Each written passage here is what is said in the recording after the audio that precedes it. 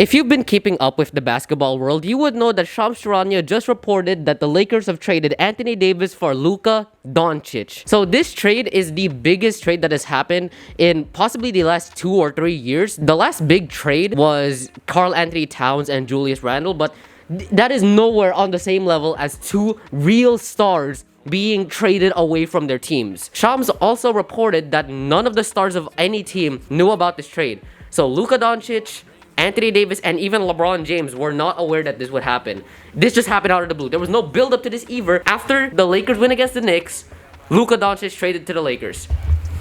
Now, the big issue with this trade, obviously, for Los Angeles is that Anthony Davis is their starting center. What could happen is the Lakers could get undersized and just get destroyed because, obviously, do you really think that Jackson Hayes is going to be saving your team's defense? And do you really think that Christian Coloco is going to be the center of your team? But those allegations might have been beat because we just won against the Knicks, a team with Karl Anthony Towns, possibly the best center in the East, and we beat them without Anthony Davis. He was out the entire game, and they got destroyed. Hey, Karl Anthony Towns also only had 11 points the entire game, so they were locking him down despite the fact that their starting center, who is also one of the best defenders in the team, just wasn't even there. As for the Mavericks, you're kind of just screwed here because now you have to rely on Kyrie and Anthony Davis in a pick and roll as your best option, which obviously isn't necessarily bad, but it isn't at the same level as everyone else in the league. Kyrie is obviously a good second option, but Anthony Davis, I'm not sure if you can have him as the first option. Or if you want to have Kyrie as the first option,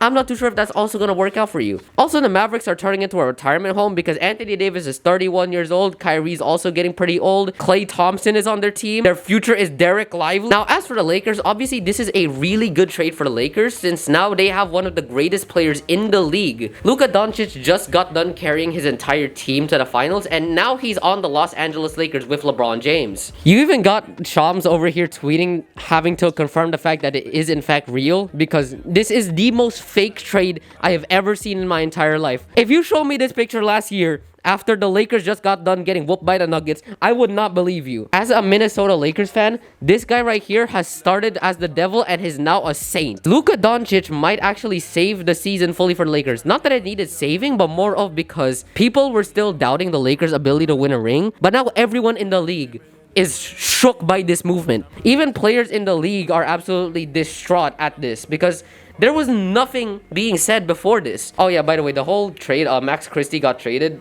Honestly, I wanted to keep Max, but at the same time, you couldn't keep onto all of the assets since someone had to be traded. Also, Jalen Hood-Schifino is off the team. Not that that changes any much because he wouldn't even play anyway. But this does set a pretty weird precedent. The Dallas Mavericks were the ones who approached the Lakers for this. It wasn't the Lakers trying to acquire Luka. It was actually Dallas getting rid of Luka. Luka, who is still 25 years old, he can get better. He can still get better, is now on the Los Angeles Lakers. If Luka can get traded, anyone can get traded now. There's basically zero excuses for any other team to not make a trade. Because if Dallas got this trade to happen, then anyone can get this trade to happen. But this does also mean that the Lakers probably won't get Walker Kessler now because Utah was already involved in the trade. If Utah wanted to get rid of Walker Kessler for any of the Lakers' assets, I feel like they would have did it in that trade as well, instead of having to wait like another day for the trade, unless they're really trying to edge it out. I don't think that the Lakers are going to trade Rui though, since he's still pretty decent, and he's also doing everything in his power to not get traded, so much so that he's fucking hyping up LeBron after Bronny got that 1-and-1. And this is just insane for the league because now no one is safe because Luka was probably the most safe player, but the Mavericks front office just decided to get rid of him on a random night. The only issue for the Lakers here is maybe how they're going to be running up the floor because now you have Austin Reeves, LeBron James, and Luka Doncic. They're all going to be handling the ball. So this means that Austin's going to be more of an off-ball movement, trying to be like a Klay Thompson back in the Golden State dynasty. LeBron James might actually play a bit more off-ball, and Luka Doncic will probably get the ball a lot more since he's obviously the best player on the team. The only issue now for the Lakers as well is their center slot. Jackson Hayes and Christian Coloco, they are not NBA championship centers. Their only options now are either to trade for another center before the trade deadline, have LeBron start at center, which has happened before, or they trust in Markieff Morris because he's also on the team now for again, whatever reason. I don't know why. But this is interesting for specifically Luka Doncic because we've basically known Luka as the Mavericks guy after Dirk. A lot of people were thinking that he wouldn't get traded. He would stay with the Dallas Mavericks forever. As loyal as he is to Dallas, Dallas just wasn't loyal to him, I feel like. I don't think Dallas is really believing in the Luka Doncic process either because they're currently the 9th seed despite the fact that they have the same roster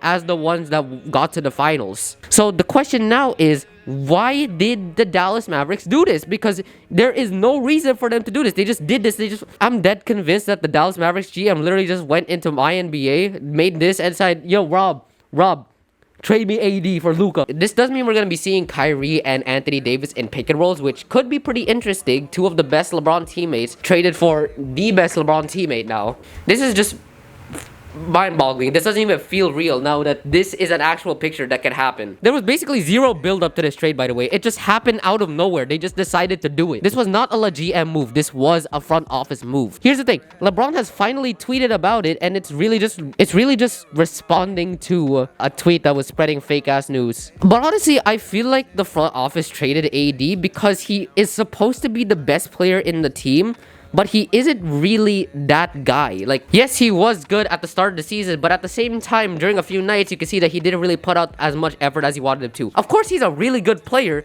but like, is Anthony Davis really the best player that you want to have on a championship team? That's why people were still debating LeBron James at 40 years old versus Anthony Davis in his prime. But now, there's basically zero debate. It's Luka Doncic, LeBron James. So this does mean that I feel like LeBron James will retire with 5 or 6 rings, but at the same time, Luka Doncic will also probably get the finals MVPs. I'm just gonna be talking about LeBron's legacy now because fuck it, why not? But this is definitely gonna affect it a lot because now, people before, when LeBron got finals MVP, said that he couldn't do it without D-Wade, without Chris Bosh, without Kyrie. Now, even if he does get finals MVP, people are still gonna be saying he definitely couldn't do it without Luka motherfucking Doncic. So I feel like at the trade deadline, the Lakers are still gonna be looking for one more trade to get a center. There's still a lot on the table. They could get Valanciunas, they can probably get Miles Turner, they could probably still try to call up Utah for Walker Kessler. But really, it's just whatever the fuck happening. This is the wildest shit ever. And I feel like the Lakers, again, because they beat the Knicks, a team with a center as a star, they beat them without their own center. I feel like they'll be able to survive on multiple nights with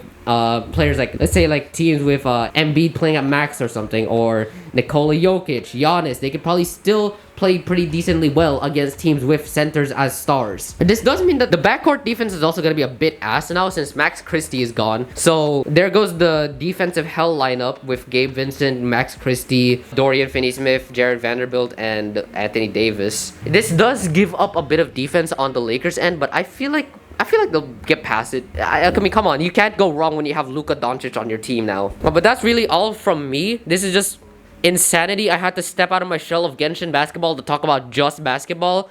Because as a Lakers fan, this is... what the hell? Glad to see these shoes are coming into good use now. Yes, sir. Yes, sir. Let me know what you guys think about the trade and how you think the Lakers are going to be winning this one. And if LeBron's legacy is going to be tarnished because of this. But anyways, I hope you all enjoyed. And if you did, consider leaving a like and subscribing. And until next time.